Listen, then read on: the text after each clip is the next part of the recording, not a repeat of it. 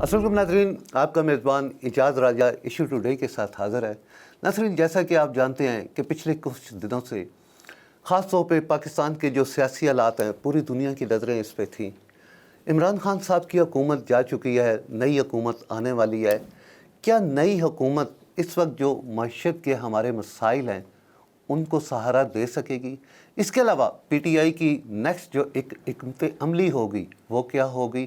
اور اگر ہم ریئل اسٹیٹ سیکٹر کی بات کرتے ہیں کہ جو اس وقت پوری دنیا کی اکانومی جو ہے جس پہ سب سے زیادہ انحصار کرتی ہے، خان صاحب نے جو ریئل اسٹیٹ کے حوالے سے جو منصوبے شروع کیے تھے، اس کے علاوہ 50 لاکھ گھر جو دینا چاہ رہے تھے، کیا ان کا تسلسل برقرار رہے گا؟ انہی تمام تر باتوں پہ گفتگو کرنے کے لیے آج اسٹوڈیو میں میرے ساتھ تشریف رکھتے ہیں راجہ عطا صاحب، جو کہ پاکستان تحریک انصاف کی نمائندگی کر رہے ہیں۔ ساتھ ہی ہمیں جوائن کیا ہے فرزانہ راجہ صاحبہ نے، جو کہ پاکستان مسلم لیگ کی سینئر رہنما ہیں، اور ریئل اسٹیٹ سیکٹر کے حوالے سے بات کرنے کے لیے ریئلٹر فیڈریشن کے پریزیڈنٹ سردار طاہر صاحب ہمارے ساتھ ہیں۔ تو میں سب سے پہلے سردار صاحب سے ہی بات شروع کروں گا۔ السلام علیکم سردار صاحب۔ جی وعلیکم السلام۔ سردار صاحب، خان صاحب کی حکومت جا چکی ہے، نئی حکومت آ رہی ہے، آپ کیا سمجھتے ہیں جو ریئل اسٹیٹ کے حوالے سے جو منصوبے تھے، آپ کیا سمجھتے ہیں کہ وہ تسلسل سے برقرار رہیں گے؟ تھینک یو ویری مچ رائے صاحب۔ وی وش کہ جو پالیسیز ہیں ان کا تسلسل رہے، اسپیشلی کنسٹرکشن اور ریئل اسٹیٹ کے حوالے سے۔ یہ بہت بڑی انڈسٹری ہے، بہت سے لوگ اس کے ساتھ روزگار، بہت سے لوگوں کا اس کے ساتھ وابستہ ہے۔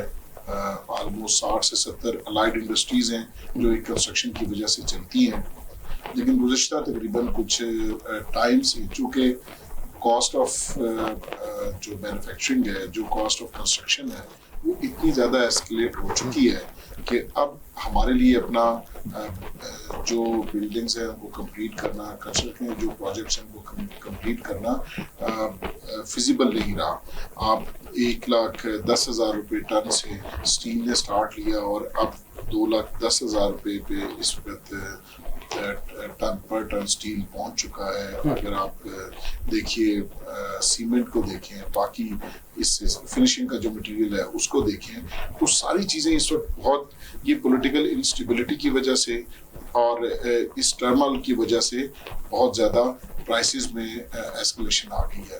تو ہم امید یہ کرتے ہیں کہ جو اچھی پالیسیز تھی ان کو اسی طرح کنٹینیو رکھا جائے، اور یہ جو کاسٹ ہے اس کو، یہ پولیٹیکل سٹیبلٹی جب آئے گی تو آج آپ نے دیکھا کہ اسٹاک مارکیٹ جو ہے وہ بھی اس نے بڑا اچھا رسپونڈ کیا ہے، ڈالر جو ہے وہ بھی 190 سے 182 83 کے اوپر آیا ہے۔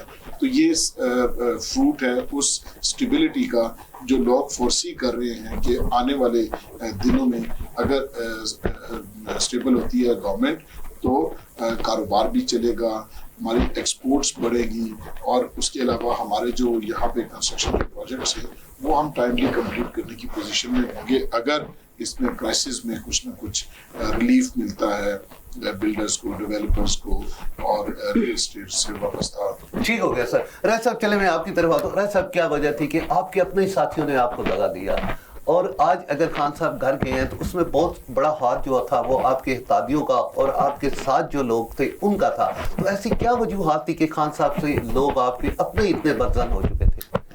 دیکھیں، یہ پاکستان کی سیاست کا ایک کلچر رہا ہے شروع سے۔ اگر آپ 50 سالہ سیاسی تاریخ دیکھیں تو ہمیشہ سے اس طرح ہوتا رہا ہے کہ لوگ آخری ٹائم پہ پارٹیاں تبدیل کرتے ہیں، لیکن نظریہ تبدیل نہیں ہوتا۔ اگر آپ یہ دیکھیں نا کہ آئندہ آنے والا الیکشن وہ 2 نظریوں کی بنیاد پہ لڑا جائے گا۔ ایک وہ کہ جی ہم بیکاری ہیں اور ہماری اپنی کوئی سوچ نہیں ہے، ہم کی کوئی فیصلہ کرنے کی پوزیشن میں نہیں ہے، اور دوسرا نظریہ یہ ہوگا کہ اہدنا الصراط المستقیم، اے اللہ ہم تیری عبادت کرتے ہیں اور تجھی سے مدد مانگتے ہیں۔ اور ان 2 نظریات کی بنیاد پہ الیکشن ہوگا، اور انشاءاللہ میں آپ کو یہ بات یقین سے کہہ سکتا ہوں کہ آج قوم یہ فیصلہ کر بیٹھی ہے کہ اس نے اہدنا الصراط المستقیم کے نظریے پہ کھڑا ہونا ہے، اور وہ نظریہ جو ہے وہ عمران خان نے قوم کو دیا ہے۔ اور آج آپ نے دیکھا ہے کہ رات جس جذبے کے ساتھ، جس ولولے کے ساتھ قوم سڑکوں پہ نکلی ہے، ابھی عمران خان خود سڑکوں پہ نہیں نکلا، اور آج पाकिस्तान तहरीक इंसाफ ने ये फैसला किया है कि वो असम्बलियों से रिज़ाइन करके अवाम के पास जा रहे हैं, और अवाम में इंशाल्लाह एक शऊर आ चुका है, उन्हें समझ आ चुकी है कि किस अंदाज के साथ इस गवर्नमेंट को तब्दील किया गया है और किस तरह से ये कोशिशें की गई हैं, एक बैनुल-अक़वामी साजिश का मोहरा बने हैं हमारे लोग। तो अवाम इंशाल्लाह एक आने वाले वक्त में दुरुस्त फैसला करेंगे और इमरान खान 2/3 अक्सरियत के साथ इंशाल्लाह वापस आएगा। ठीक हो गया। मैडम, आपको इतनी क्या पड़ी हुई थी, अभी 1 साल तकरीबन रह गया इलेक्शन होने में, और जो इस वक्त मुल्की सिचुएशन जा रही है, जो मईशत का हाल है, आप क्या समझती हैं आपकी हुकूमत आने के बाद इसको सहारा दे सकेगी या इनको संभाल सकेगी इस सिचुएशन को? जी इंशाअल्लाह, क्यों नहीं। हमारी हुकूमत ने पहले भी बहुत बेहतरीन डिलीवर किया, जैसे ये अभी मेरे भाई कह रहे थे। तो जिस तरह इन्होंने एक नैरेटिव बिल्ड किया था ना, चोर चोर डाकू डाकू, साबित आज तक कुछ नहीं कर सकते, 1 रुपया भी साबित नहीं कर सके, किसी पे कोई जुर्म नहीं लगा। लेकिन जुर्म मुजरिम साबित होने के ना होने के बावजूद भी इन्होंने उन्हें मुजरिम कहा, डाकू चोर कहा। ये कहीं कोई भी अदालत, कोई बाहर बरतानिया से लेकर पाकिस्तान तक देख लें, किस अदालत में ये प्रूफ हुआ है कि इन्होंने चोरी की, डाका डाला? कोई किसी जगह इनके पास प्रूफ है? किसी ने इनको कहा है किसी भी जगह कोई ऐसी डॉक्यूमेंटेशन दिखा दे? ये इन्होंने पहले नैरेटिव बिल्ड किया था और अब एक नया ले आए हैं शोशा के जो ख़त है। अगर ख़त इतना ही है तो फिर आप दिखाएं, आप पाकिस्तानी इदारों को क्यों लपेट में ले रहे हैं और उनको क्यों बदनाम कर रहे हैं? हमारी ISI को, हमारी आर्मी को आप क्यों बदनाम कर रहे हैं? क्या हम इतने गए गुजरे हैं और इतने बेशरम हैं कि हमें कोई थ्रेट करेगा, चाहे वो इमरान खान हो, मियाँ साहब हो या बिलावल हो, कोई भी हो, अगर किसी को थ्रेड होगा तो सारे एक पेज पे खड़े होंगे। हम पाकिस्तानी हैं, पहले पाकिस्तान है, उसके बाद सब कुछ है। अगर ऐसा है तो आप लेटर सामने लाएं। अगर आपके मुंह से ये निकल गया है, अमेरिका ने कहा है, तो आप फिर इसको प्रूफ करें ना, आप दिखाएं सब। आप क्यों नहीं दिखा रहे इस लेटर को? क्यों बंद करके रखा हुआ है? और लेटर लेटर लेटर, और उस पर आप चाह रहे हैं कि हम अगला इलेक्शन जीतेंगे? ऐसा नहीं हो सकता। आपके 3.5 साल में लोगों ने जो आपको भुगता है वो बड़े अच्छे से उन्हें याद है। खान साहब अगर ग्रेसफुली चले जाते ना तो अच्छा था। उन्होंने पूरे मतलब रात 12 बजे तक सुप्रीम कोर्ट, हाई कोर्ट खुलवाया, और उसके बाद डंडा देखने के बाद उन्होंने वापस बनीगाला का रुख किया। और ये वो वाइस PM है जो हेलीकॉप्टर में आता था PM हाउस, यानी कि इन्हें हेलीकॉप्टर सस्ता लगता है गाड़ियों की निस्बत। इतनी पाकिस्तान जो है सस्ता तरीन मुल्क था इनके ख्याल में। तो आप लोगों से चलिए, बिल्कुल आपका मौका हुआ है। सरदार साहब, जो खान साहब ने 50 लाख घरों का लोगों से वादा किया था, अब उनका क्या बनेगा? उनका तो पहले भी इतना खास कुछ बना नहीं है सर, और हम उम्मीद करते हैं कि एक स्टार्ट लिया था। देखिए, वो बहुत एम्बिशियस बात थी कि 50 लाख घर जो हैं वो 5 साल के करीब अरसे में बन सकते हैं। ये एक बड़ा एम्बिशियस किस्म का टारगेट था। तो अभी तक तो उस तरफ कोई खास प्रोग्रेस नहीं हुई। हाँ, जो लोगों को रिलीफ दिया उसकी वजह से कंस्ट्रक्शन सेक्टर के अंदर जरूर एक्टिविटी आई थी, उसमें कोई दो राय नहीं है कि कंस्ट्रक्शन की एक्टिविटी आई उस प्राइम मिनिस्टर के कंस्ट्रक्शन पैकेज की वजह से। जो नई गवर्नमेंट आ रही है, अब नई गवर्नमेंट से यही हमारी जो इस्तदा है वो यही है कि आप जो डूएबल्स हैं, जो इस साल या 1.25 साल का जो पीरियड बचा है उसमें कोई डायरेक्शन दे दें, जिस डायरेक्शन को फॉलो करते हुए आने वाले दिनों में ये जो कंस्ट्रक्शन का काम है और इससे अलाइड इंडस्ट्रीज है और ये रोजगार के जो मौके हैं ये इसी तरह चलते रहें, प्राइसेस कट डाउन हो और ये कारोबार जो है वो बिजनेस ये चलेगा, तो इसकी वजह से ओवरऑल इम्पैक्ट बहुत ज़बरदस्त आता है। डेफिनेटली प्रोडक्शन की तरफ तवज्जो देनी चाहिए। ये तमाम चीज़ों की वजह से ही हमारी जो इकोनॉमी है वो ग्रो कर सकती है। और उसके अलावा जो हमारे इस वक्त हम ग्रे लिस्ट में हैं, इसको निकालने के लिए यूनानिमसली पिछली असेंबली ने कवानीन बनाए थे। उन कवानीन के ऊपर अमल दरामद का आगाज हो चुका है। तो एज ए DNFBP लोगों को रजिस्टर्ड किया गया है। तो जो चीज़ें ऐसी हैं जिसकी वजह से हमारे मुल्क को फ़ायदा हो सकता है वो कंटिन्यू रहनी चाहिए और उसकी वजह से पॉजिटिव इम्पैक्ट आएगा और लोग भी हमारे साथ ट्रेड करने में सहूलत महसूस करेंगे कि गवर्नमेंट्स अगर आती जाती भी हैं तो जो पॉलिसीज़ हैं, लॉन्ग टर्म पॉलिसीज़ हैं, उनका तसलसल बरकरार रहना चाहिए। बिल्कुल। राज साहब, क्या वजह थी? आप अगर इस साजिश को पहले ही भांप चुके थे तो खान साहब वैसे भी इलेक्शन की तरफ जाना चाह रहे थे, तो आप लोग पहले ही असम्बलियाँ तोड़ देते और इलेक्शन की तरफ चले जाते। जब आपके हाथ से गेंद निकल गई तब आपको ये ख्याल आया, इसकी क्या वजह? देखें, पाकिस्तान तहरीक इंसाफ जो है ना वो इलेक्शन से कभी भी नहीं भागी। हमारा ये नजरिया था कि ये एक टर्म अपनी पूरी करें और उसके बाद इलेक्शन में जाएं। अब क्योंकि अपोजिशन का आपके सामने है कि अपोजिशन का जो बयानिया था وہ پچھلے کوئی 1 سال 1.5 سال سے یہی تھا کہ جی اسمبلیاں توڑی جائیں, نئے الیکشن کروائے جائیں. اب جب ان کا وہ مطالبہ مان لیا گیا ہے, عمران خان صاحب اس طرف چلے گئے ہیں, تو یہ کیوں نہیں جا رہے؟ اس کی وجہ ہے, اس کی وجہ یہ بھی الیکشن چاہتے ہیں اور یہ چاہتے ہیں کہ جلد سے جلد الیکشن ہو جائیں, لیکن وہ اس الیکشن سے پہلے یہ جو ایک جھرلو الیکشن ہے اس کی راہ ہموار کرنا چاہتے ہیں. بنیادی طور پہ مسئلہ یہ ہے, اس کا وہ خان صاحب نے بھی اظہار کر دیا ہے, قوم کا بچہ بچہ اس بات کو جانتا ہے کہ یہ جسٹ نیب کو کنٹرول کرنا چاہتے ہیں, اس کے بعد EVM مشین جس میں وہ آپ تھم امپریشن کے ساتھ آپ نے ووٹ ڈالنا ہے اور وہ آپ کے ریکارڈ میں آتا ہے, وہ ان کو سوٹ نہیں کرتا. اور یہ آ کے جو 90 لاکھ پاکستانی ہیں بیرون ملک, ان کا جو ووٹ کا حق ہے اس کو ختم کریں گے. یہ 3 چیزیں آپ رات کو 24 گھنٹے پہلے ختم کر دیں, یہ صبح الیکشن کے لیے تیار ہیں.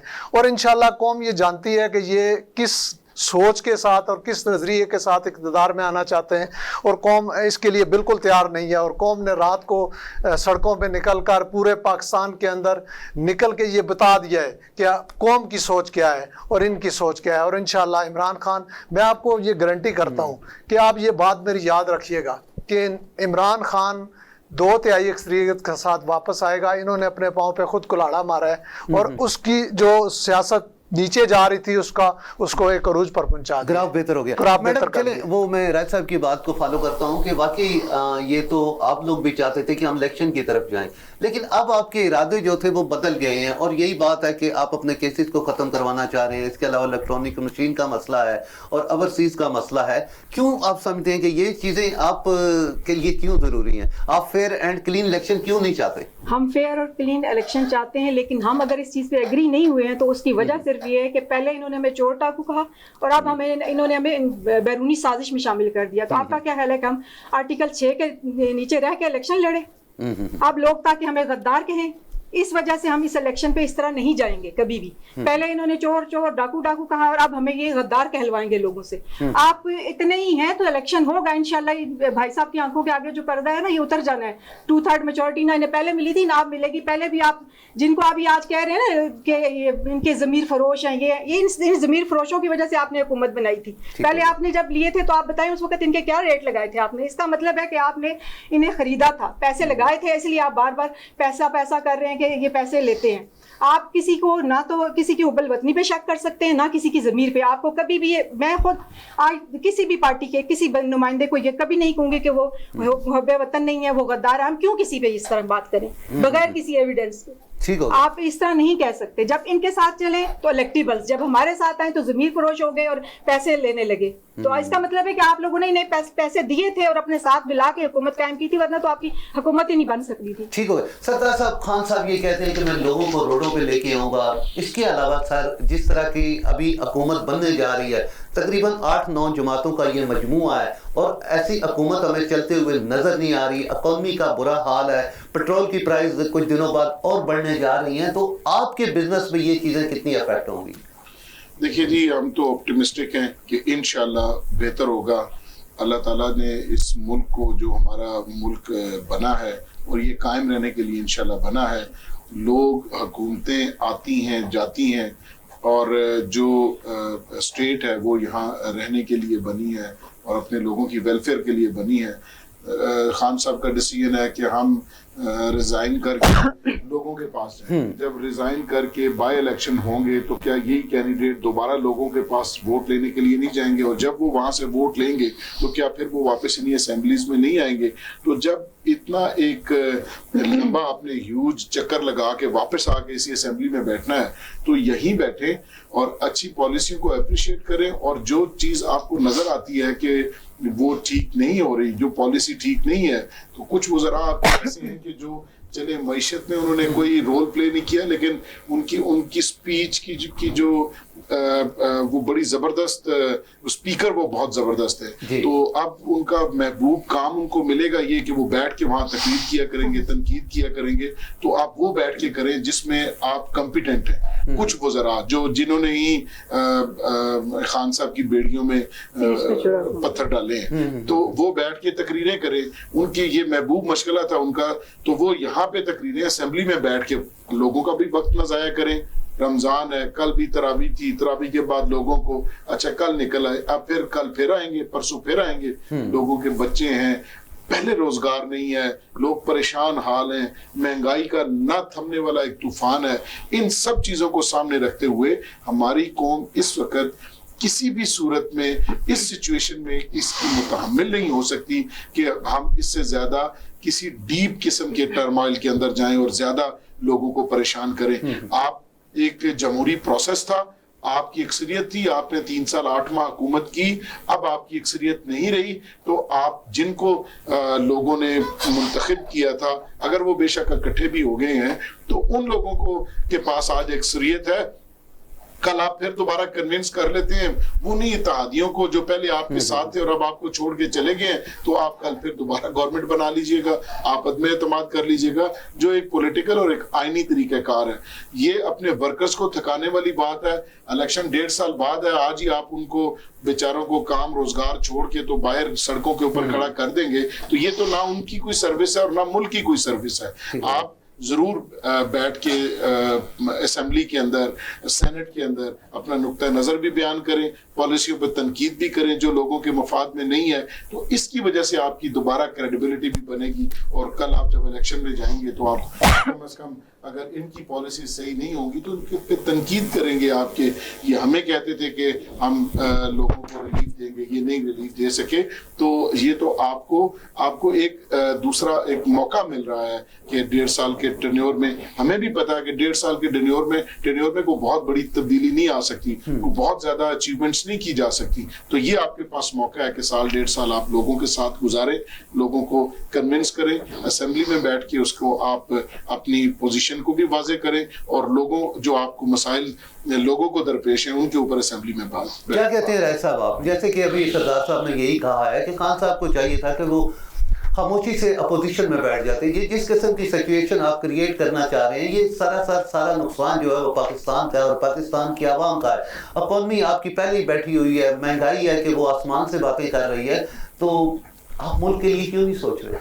देखिए, मेरे भाई जिक्र कर रहे थे कि नो डाउट ये एक जमहूरी कल्चर है, अदम एतमाद की तारीख लाई जा सकती है, प्राइम मिनिस्टर को हटाया जा सकता है, नया कायदे अवान लाया जा सकता है, इससे हमें इख्तलाफ नहीं है। हमें इख्तलाफ जस्ट इस चीज़ से है कि जिस अंदाज के साथ, जिस बैनुल-अक़वामी साजिश के तहत ये सारा मंसूबा इम्प्लीमेंट किया गया, जिस तरीके से, इसमें कोई छुपी हुई बात नहीं है। आज आप देखते हैं कि ये रिकॉर्ड पे है कि अमेरिकन या दूसरे लोग किस तरीके से इनके साथ मिलते रहे।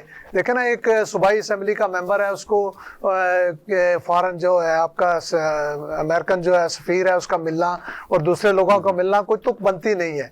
ये बैनुल-अक़वामी तौर पे इमरान खान ने जो एक अपना एक नज़रिया डेवलप किया था, इस्लामी दुनिया को एक प्लेटफार्म पे जमा कर रहा था और वो जो है खुद मुख्तारी की एक पॉलिसी इख्तियार कर रहा था, वो अमेरिकन और दूसरे जो यूरोपियन कंट्रीज हैं उनको ये सूट नहीं करती, और वो ऐसे लोगों को हमेशा पर्दा स्क्रीन से हटाया करते थे। आपके सामने सद्दाम हुसैन किधर है, शाह खालिद किधर है, कर्नल कज़ाफ़ी किधर है, जुल्फ़िकार अली भुट्टो किधर है। तो ये चीज़ें आपके सामने, ये तारीख़ है, हम इसके ख़िलाफ़ हैं और हम इस अंदाज से इस तब्दीली के ख़िलाफ़ हैं। हम नहीं ये चाहते कि जी पाकिस्तान को जो है ना वो माशी तौर पे और को नीचे ले जाएं। मैं ये समझता हूँ कि यही पॉलिसी जो है ना अपोजिशन की जमातों को भी अपनानी चाहिए थी। जब इमरान खान इक़्तिदार में थे तो उनकी टांगें खींचने के बजाय अगर उनका हाथ खींचते तो शायद आज मुल्क इस दलदल से बाहर आ चुका होता। तो इंशाल्लाह हम तो कोशिश करेंगे कि जी फ्रेश मैंडेट हो, नए इलेक्शन की तरफ कौम जाए और कौम जो भी फैसला करेगी हम उसे कबूल करेंगे। अगर कौम इनको मैंडेट देती है तो कल आके ये इक़्तिदार में बैठे, अगर नहीं देती तो अपोजिशन में बैठे।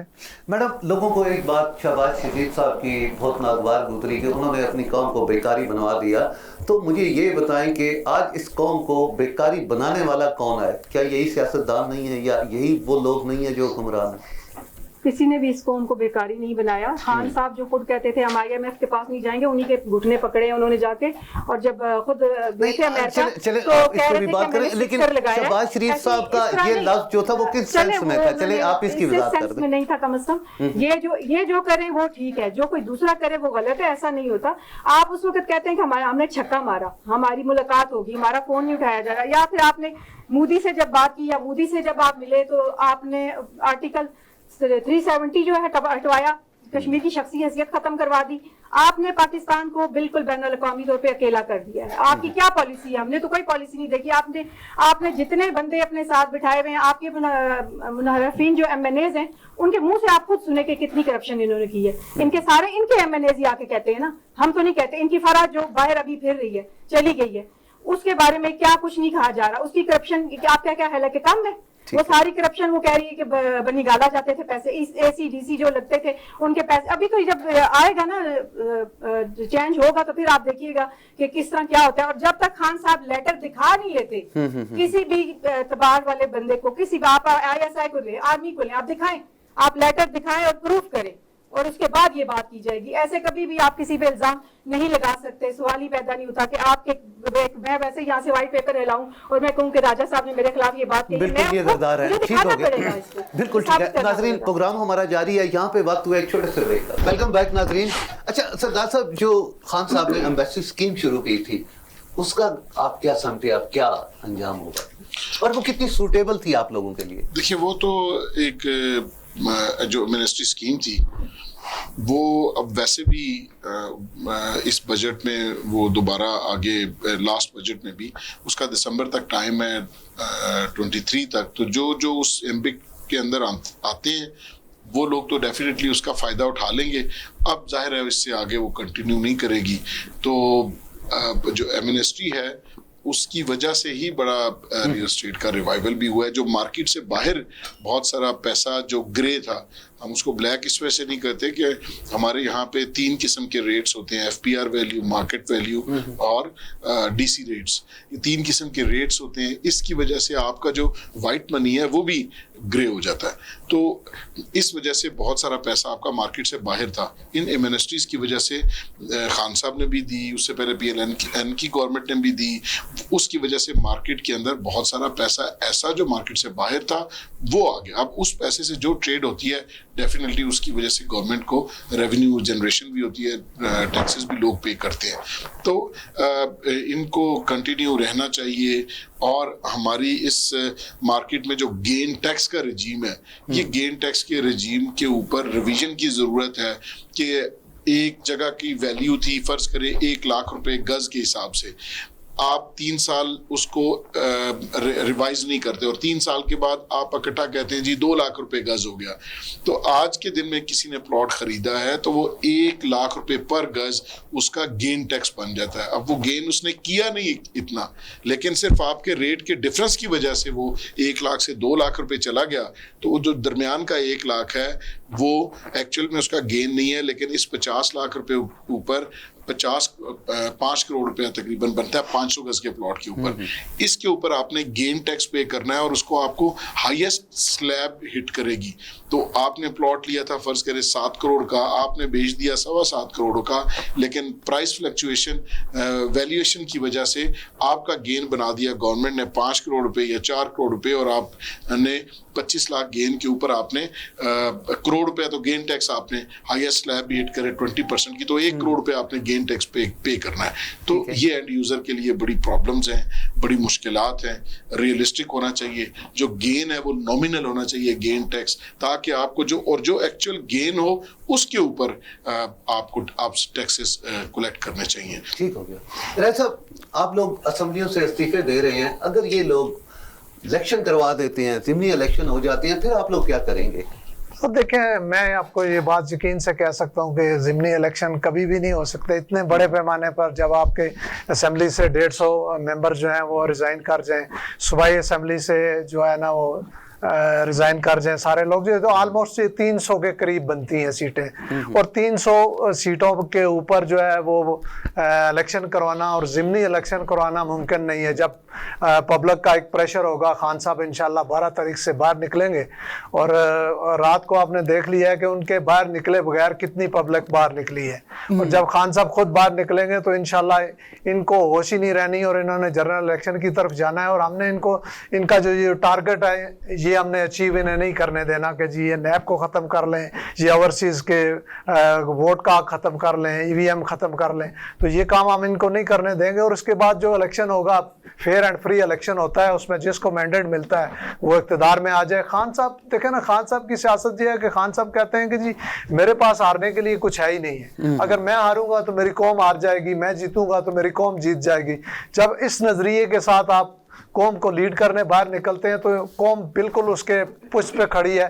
اور انشاءاللہ آپ دیکھیں گے, میں یہ سمجھتا ہوں کہ انہوں نے یہ 1.5 سال پہلے یہ کو پھولوں کی سیج نہیں تھی جو انہوں نے اقتدار اب لینے کا فیصلہ کیا ہے.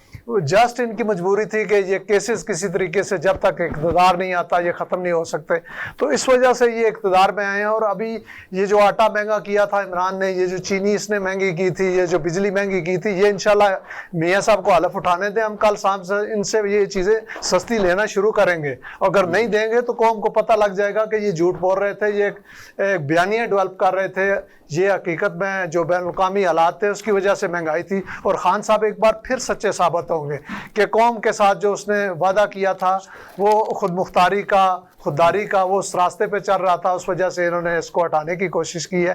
تو اب دیکھیں میاں صاحب, بڑے میاں صاحب بھی تیاری میں ہیں, اب ان کی ساری بیماری دور ہو جائے گی انشاءاللہ. وہ چند دنوں میں پاکستان میں لینڈ کریں گے اور پھر وہ سپریم کورٹ جا کے وہ ایک نیا بیانیہ ڈیولپ کریں گے جی کہ جناب زیادتی ہو گئی اور ان کی سزائیں معاف کی جائیں گی, اور ایسا نہیں ہونے دے گی قوم. انشاءاللہ قوم جاگ رہی ہے. ٹھیک ہو گیا. میڈم آپ یہ بتائیں کہ چلیں آپ کی حکومت تو بننے کو جا رہی ہے, لیکن آج جیسے مریم صاحبہ کا وہ ایک یہ بھی کہنا تھا کہ ہم جو ہے لوگوں کو نہیں چھوڑیں گے, ان لٹیروں کو نہیں چھوڑیں گے.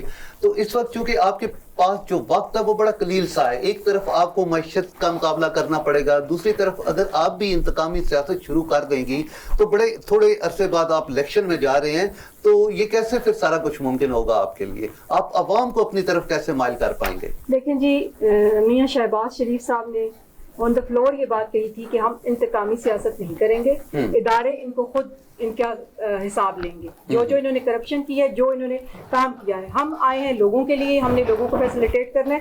اور اگر یہ 3.5 سال میں جو ہمیں کہہ رہے تھے کہ 45 کا پیٹرول ہونا چاہیے, 200 تک پہنچانے والے ہیں, یہ 3.5 سال میں اسے 45 میں نہ لا سکے, اور آج ہمیں راتوں رات کہیں گے کہ مہنگائی کم ہو. ہمیں تو پہلے ہی پتا تھا خان صاحب صرف کنٹینر کی سیاست کر سکتے ہیں, اس کے علاوہ حکومت وہ کر ہی نہیں سکتے. انہیں اپوزیشن گالم گلوچ, تو چور میں چور, یہ چور, اور لوگوں کی نقلیں اتارنا, یہ ان کا پسندیدہ مشغلہ ہے کہ دوسروں کو جو ہے نا نیچا کسی طرح دکھایا جائے.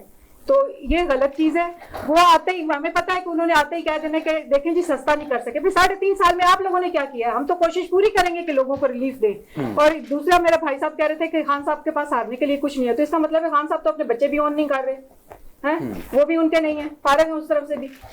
آپ سیاست کر رہے ہیں, سیدھی سیدھی سیاست کریں. اور آپ جو ہے لوگوں کو, آپ نے گھروں کا خواب دکھایا, نوکریوں کا دکھایا, آتے ہی سالوں کے گھر گرائے, لوگوں کو بے روزگار کیا. آپ نے کرونا میں کیا کیا؟ ہر بندہ خود ہی اپنے ان پہ جو ہے اس نے کام کیا. جب آپ کی کرونا کے نکلے گئے جو فنڈ آپ لوگوں نے کھائے ہیں, بلین ٹریز پہ, سونامی ٹری جو ہے اس پہ جو فنڈ کھایا گیا ہے, معلوم جبہ پہ جو کھایا گیا ہے, یہ سارے آپ کو خود ہی پتا جائے گا کہ کتنے یہ دودھ کے دلے ہیں اور کتنے یہ انہوں نے چوریاں کی ہیں. یہ سب ابھی ان کے بھی کیس کھلنے والے ہیں, یہ فکر نہ کریں. اور اسی وجہ سے یہ اس طرف نہیں جانا چاہ رہے تھے الیکشن کی طرف سے, اور کل رات سے یہ کنٹینر پہ واپس کھڑے ہو گئے ہیں. ٹھیک ہو گیا. سردار صاحب, اگر میں آپ کی فیڈریشن کی بات کرتا ہوں تو ریئل اسٹیٹ ایک ایسا سیکٹر ہے کہ کسی بھی گورنمنٹ کو سب سے زیادہ ریونیو اس سے جاتا ہے. سر, بڑی اچھی بات ہے کہ پاکستان میں آپ لوگ اکٹھے ہوئے ہیں, اس سے پہلے کوئی ایسا تصور نہیں تھا, آپ لوگ الگ الگ تھے.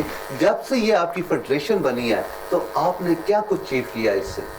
جی رائے صاحب, الحمدللہ فیڈریشن آف ریئلٹرز پاکستان پورے پاکستان کی جو ریئل اسٹیٹ کمیونٹی ہے اس کی نمائندہ پلیٹ فارم ہے, اور ہم نے گورنمنٹ کے ساتھ لائزون بنا کے بہت سا ریلیف اس سیکٹر کو لے کے دیا ہے. بہت سارے, ابھی آپ آخری جو چیزیں تھیں جب ویلیویشن ٹیبل ریوائز ہوا اور بالکل ان نیچرلی وہ ریوائز ہوا, اور اس میں جو کئی 100% سے لے کے 700% تک ویلیویشن کو انکریز کیا, تو ہم نے کال دی, ایک دن کی کال کے اوپر ہزاروں کی تعداد میں لوگ نیشنل پریس کلب کے باہر الحمدللہ فیڈریشن کی اسلام آباد اسٹوڈنٹ ایسوسیشن کی کال پہ اکٹھے ہوئے. وہاں پر ہم نے پریس کانفرنس کی, احتجاج کیا, अगले दिन हम सेनेट की कायमा कमेटी में, जिसमें 12-13 सेनेटर साहिबान मौजूद थे, उनके पास हम गए और हमने फिनांस की जो सेनेट की कमेटी है उस जिसको सेनेटर तला साहब चेयर करते हैं, उसको हमने अपना जाके केस प्लीड किया। वहाँ पे चेयरमैन FBR भी मौजूद थे और यूनानिमसली तमाम सेनेटर साहिबान ने हमारे नुक्ते नज़र से इत्तफाक किया, जिसमें गवर्नमेंट के बेंचेस के लोग भी थे और अपोजिशन के लोग भी थे।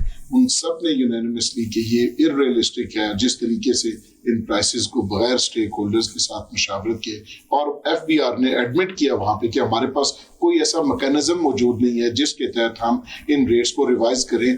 हम बस 2-4 कॉल्स करते हैं मार्केट में और रेट की असेसमेंट लेते हैं, उस हिसाब से हमने ये आपको टेबल बना के दे दिया, जिसके ऊपर हमने पूरे मुल्क में एहतजाज का ऐलान किया।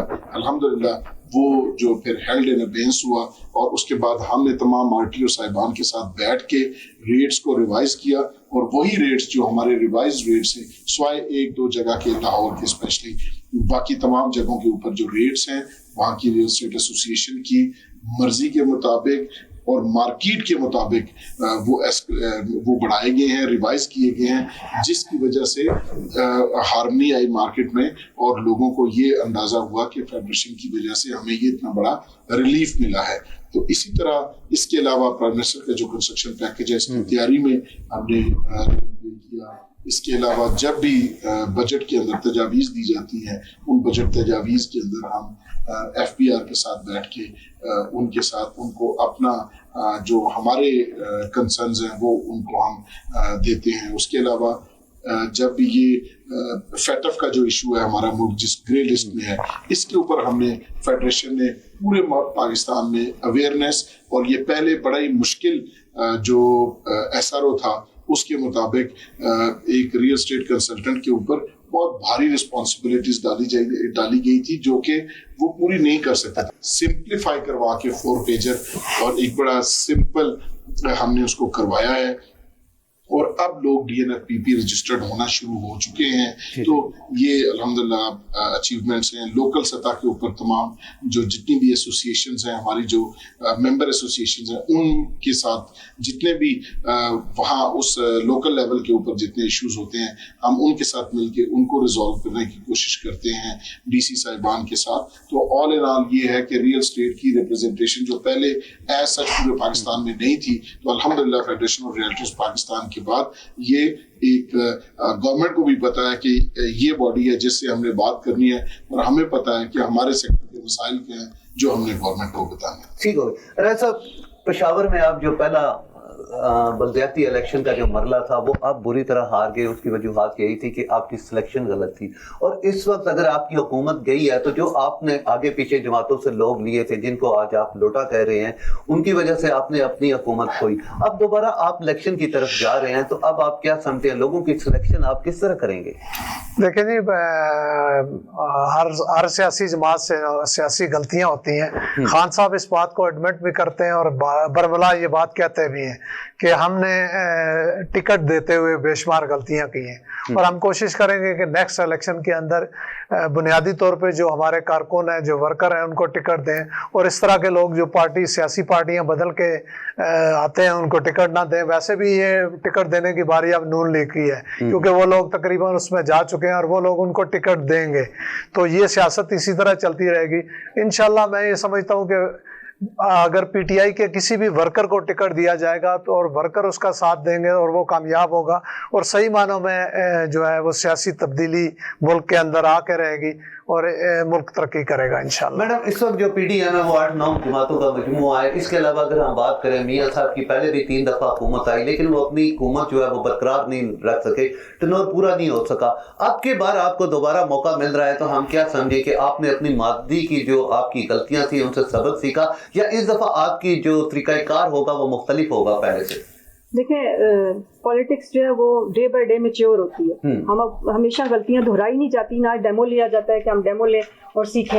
आप किसी को देख के सीख सकते हैं। जब मियां साहब का अभी भी जो तीसरी बार बने थे, तो खान साहब ने दिन रात एक कर दिया था कि कोई तरीका हो तो ये हुकूमत गिराई जाए। जो आज हमें कह रहे हैं ना تو انہوں نے بھی کوئی کسر نہیں چھوڑی تھی. حالانکہ ڈلیور بھی کیا تھا, سب کچھ کیا تھا, لیکن اس کے باوجود انہوں نے دن رات ایک کیا ہوا تھا, لوگوں کے سامنے ایک نیریٹو بلڈ کیا ہوا تھا کہ یہ چور ہیں, یہ ڈاکو ہیں. کوئی ثابت نہیں کر سکے. 3.5 سال انہی کی حکومت تھی نا, ادارے انہی کے انڈر تھے, ان کے انڈر سب کچھ تھا, ان کے حکم سے سارے کام ہو رہے تھے, جو کام یہ چاہتے تھے وہی کرواتے تھے. تو پھر یہ انہیں مجرم ثابت کروا دیتے. جیلوں سے اے سی ہٹوائے, فرش پہ انہیں لٹایا جاتا تھا, سب کچھ انہوں نے جو خان صاحب جس حد تک جا سکتے تھے انہوں نے وہ کیا. اور آخری رات عدم اعتماد والدین خان صاحب نے خود NRO مانگا کہ مجھے جیل میں اے سی دیا جائے گا.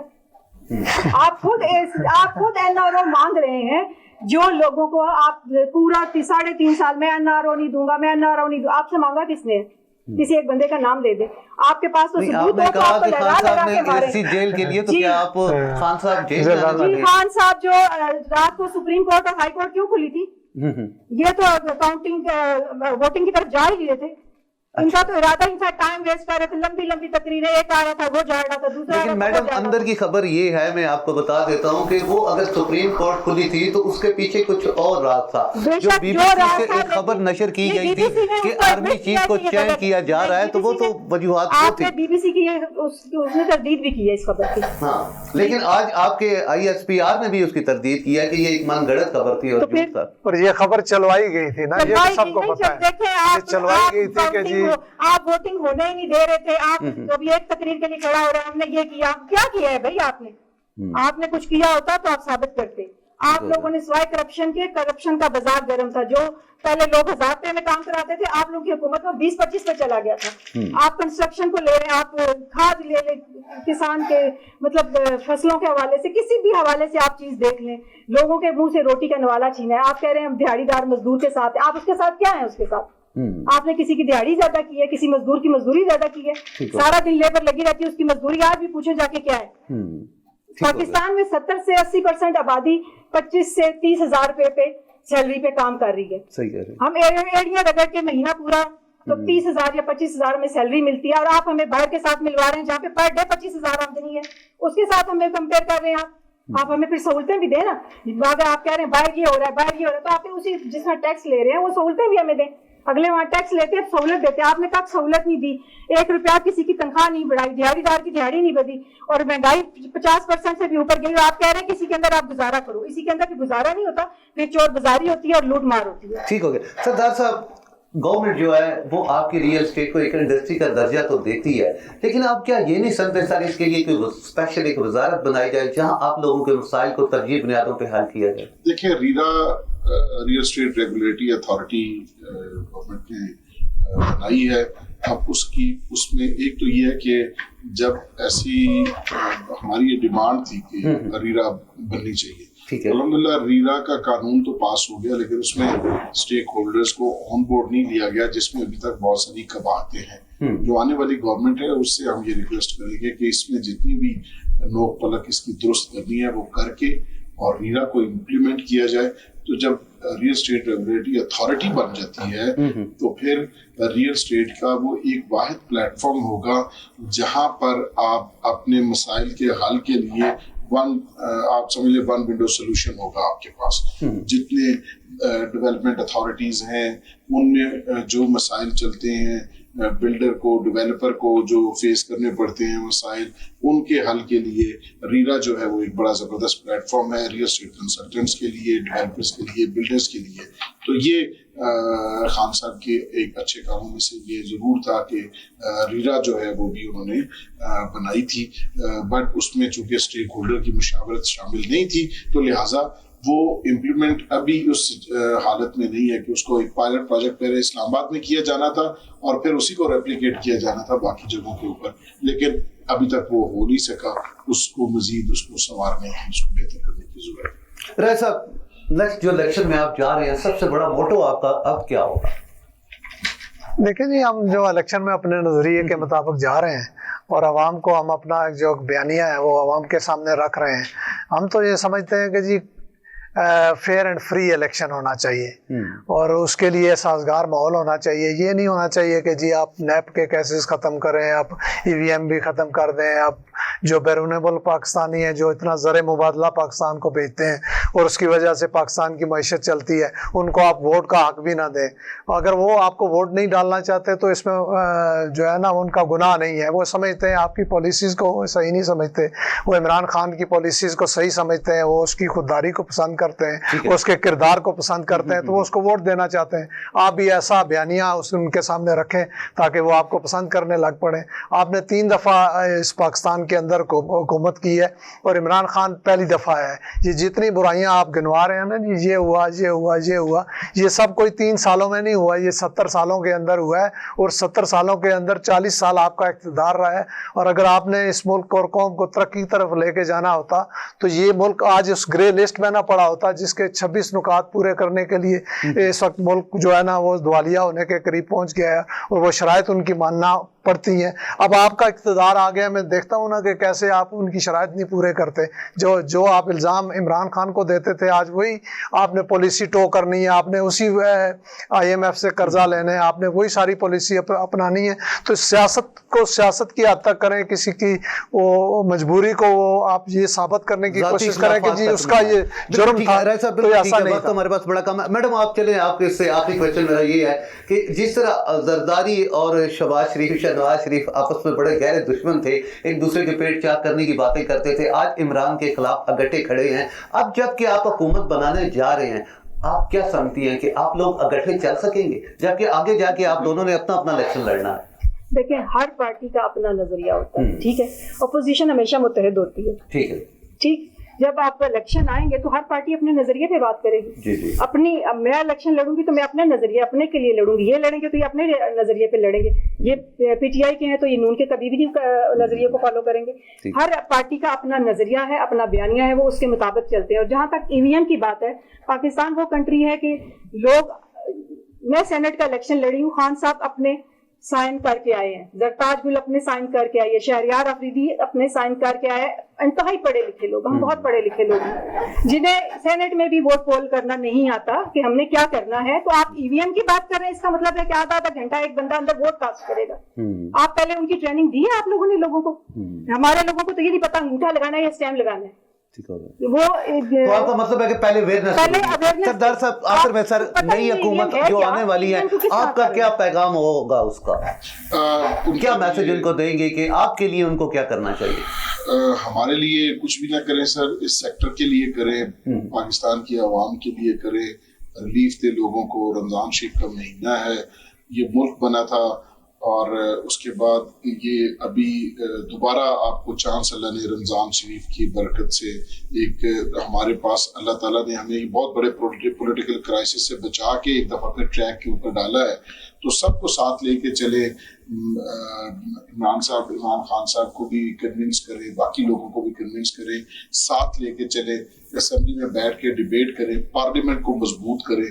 तो जब आप पार्लियामेंट को मजबूत करेंगे, पार्लियामेंट के अंदर डिस्कशन के बाद और वहाँ पे जो कायमा कमेटी है वहाँ पे डिस्कशन के बाद कवानीन बनेंगे, पॉलिसीज बनेंगी, तो वो देरपा भी होंगी और उसकी वजह से लोगों को हम उम्मीद करते हैं कि इंशाल्लाह फायदा भी होगा। हमारा सेक्टर जो है, ये सेक्टर भी बड़ा इंपॉर्टेंट सेक्टर है। पाकिस्तान में लोग रेमिटेंसेस जो भेजते हैं, 70% लोग रियल एस्टेट के लिए रेमिटेंसेस भेजते हैं। यहाँ पे लोग जो अपना पैसा है यहाँ घर बनाने के लिए, प्लॉट खरीदने के लिए या इन्वेस्टमेंट पॉइंट ऑफ व्यू से, जो शख्स एक बाहर बैठा है वो यहाँ पे फैक्ट्री नहीं लगा सकता, लेकिन वो यहाँ पे अपने एक घर खरीद सकता है या रियल एस्टेट के अंदर इन्वेस्टमेंट कर सकता है। उन लोगों को अट्रैक्ट करने के लिए अच्छी पॉलिसीज बनाई जाए ताकि हमारा ये जो कैपिटल फ्लाइट है, लोग पूरी दुनिया के अंदर 2, 4 या 5 करोड़ रुपए या लाख डॉलर या 2 लाख डॉलर लेके ऑफर कर रहे हैं कि आप आके हमारी सिटीजनशिप लें, आप हमारे साथ यहाँ पे कारोबार करें। तो उन लोगों को हमने रीडायरेक्ट करके अपने मुल्क पाकिस्तान में इन्वेस्टमेंट करवानी है ताकि हमारे मुल्क का भी भला हो। हमारा जो ये डॉलर की जो ड्रेन आउट हो गया है, ये भी हमारे पास सरप्लस में हो और प्रोडक्शन के काम की तरफ तवज्जो देंगे तो उसकी वजह से भी बहुत सारा रेवेन्यू पाकिस्तान के अंदर। थैंक यू सर, बहुत शुक्रिया सरदार साहब आपका, मैडम आपका भी शुक्रिया और राज साहब आपका भी शुक्रिया कि आप तीनों यहाँ तशरीफ़ लाए। नाज़रीन, आपने मेरे तीनों मेहमानों की बातें सुनी। हम सब की एक ही ख्वाहिश है कि पाकिस्तान हमेशा तरक्की करे, फले फूले और जो भी हो वो पाकिस्तान की बेहतरी के लिए हो। तो इसी के साथ ही हमें इजाज़त दीजिएगा, अगले प्रोग्राम में फिर आपसे मुलाकात होगी, तब तक के लिए अल्लाह हाफ़िज़।